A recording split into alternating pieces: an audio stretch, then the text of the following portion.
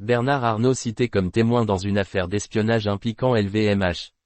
Bernard Arnault, PDG du géant du luxe LVMH, est convoqué ce jour par la justice française pour être entendu comme témoin dans une affaire d'espionnage impliquant son groupe et l'ancien chef du renseignement intérieur, Bernard Scarsini.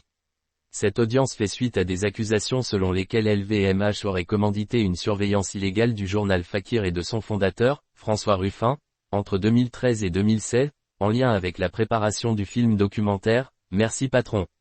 Un film qui dérange, sorti en 2016, Merci Patron, de François Ruffin critique ouvertement les pratiques de LVMH et de son dirigeant.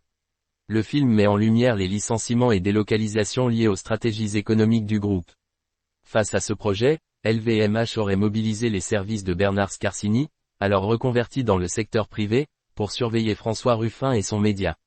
Ces manœuvres incluraient l'utilisation des réseaux de renseignement d'État à des fins privées. Une amende record pour éviter les poursuites. En 2021, LVMH a conclu une convention judiciaire d'intérêt public, CJIP, acceptant de payer 10 millions d'euros d'amende pour éviter des poursuites pénales dans cette affaire. Cette procédure, bien qu'elle ne constitue pas une reconnaissance de culpabilité, a soulevé des questions sur l'utilisation de moyens disproportionnés pour protéger l'image de l'entreprise. Le rôle de Bernard Scarsini. Bernard Scarsini, surnommé le Squale, est accusé de trafic d'influence et d'avoir abusé de ses anciens réseaux au sein de la Direction centrale du renseignement intérieur, DCRI.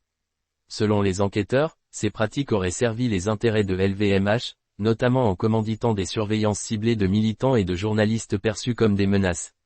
La position de Bernard Arnault. Bien que Bernard Arnault ne soit pas directement mis en cause, sa convocation en tant que témoin vise à clarifier son rôle et sa connaissance des actions menées par Bernard Scarsini.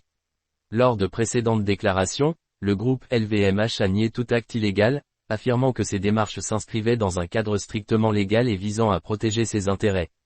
Une affaire qui résonne. Ce procès relance le débat sur l'utilisation des ressources de l'État par des entreprises privées et pose des questions sur l'éthique des grandes entreprises. François Ruffin, désormais député, a déclaré: « Cette affaire démontre les dérives d'un capitalisme prêt à tout pour se protéger, même à faire appel à des moyens d'État. » Le verdict du procès pourrait établir un précédent sur la ligne de démarcation entre la protection des intérêts économiques et les abus de pouvoir. En attendant, cette affaire ternit davantage l'image du géant du luxe et de son dirigeant, régulièrement critiqués pour leurs pratiques controversées.